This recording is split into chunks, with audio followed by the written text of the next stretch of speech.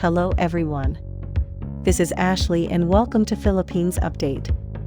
For today's news, Palace lifts travel ban on UAE and 9 others.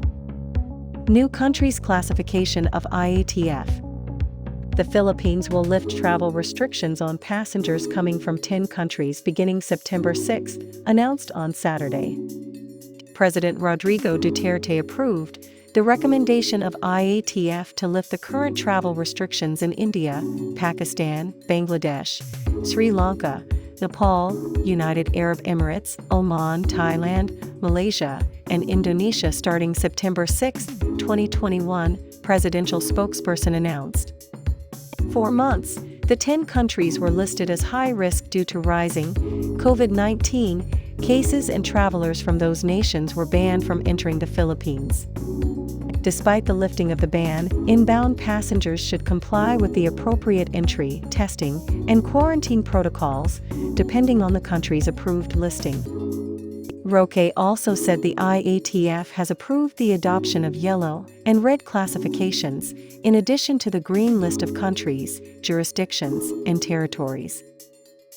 The new listing is based on incidence rates and case counts as primary criteria and testing data as secondary criteria.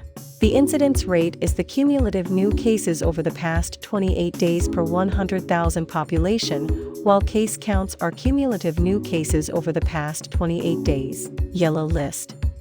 The IATF yellow list, classified as moderate risk, is based on the following metrics. For a population greater than 100,000, the incidence rate shall be 50 to 500. For a population less than 100,000, the COVID-19 case counts shall be 50 to 500 testing rate over the past 28 days per 100,000 population.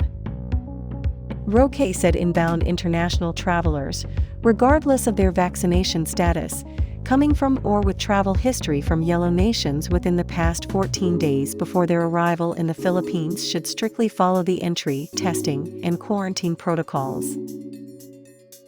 First, travelers should undergo 14-day quarantine upon arrival.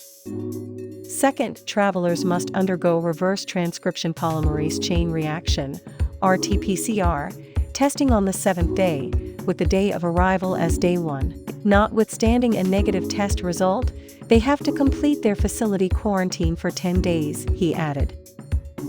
Third, the Bureau of Quarantine will strictly conduct symptoms monitoring during the 10-day isolation period of travelers. Fourth, the foregoing shall be subject to special protocols approved by the IATF or the Office of the President for certain classes of travelers or ports of origin. Red list.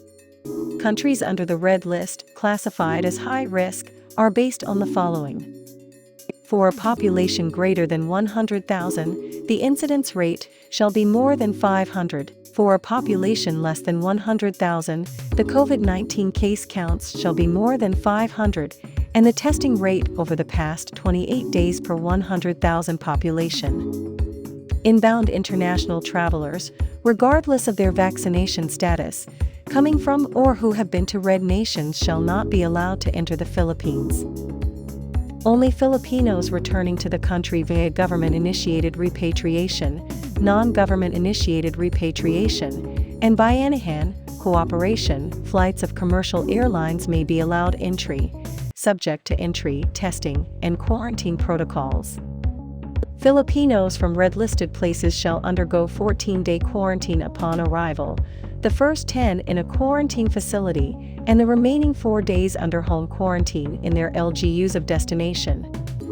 They shall undergo RT-PCR testing on the 7th day, with their day of arrival serving as day 1, and the BOQ shall ensure strict symptom monitoring. All passengers, whether Filipinos or foreigners, merely transiting through a country, jurisdiction, a territory under the red list, shall not be deemed as being there if they stayed in the airport the whole time and were not cleared for entry by its immigration authorities.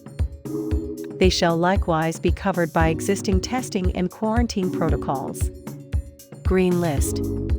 IATF has approved an updated list of countries under the green list: American Samoa, Anguilla, Australia, Benin, Burkina Faso, Cameroon, Cayman Islands, Chad, China, Comoros, Republic of the Congo, Djibouti, Equatorial Guinea, Falkland Islands, Malvinas, Gabon, Grenada, Hong Kong, Hungary, Mali, Federated States of Micronesia, Montserrat, New Caledonia, New Zealand, Niger, Northern Mariana Islands, Palau, Poland, Saba, St. Pierre and Miquelon, Sierra Leone, St. Eustatius, Slovakia, and Taiwan.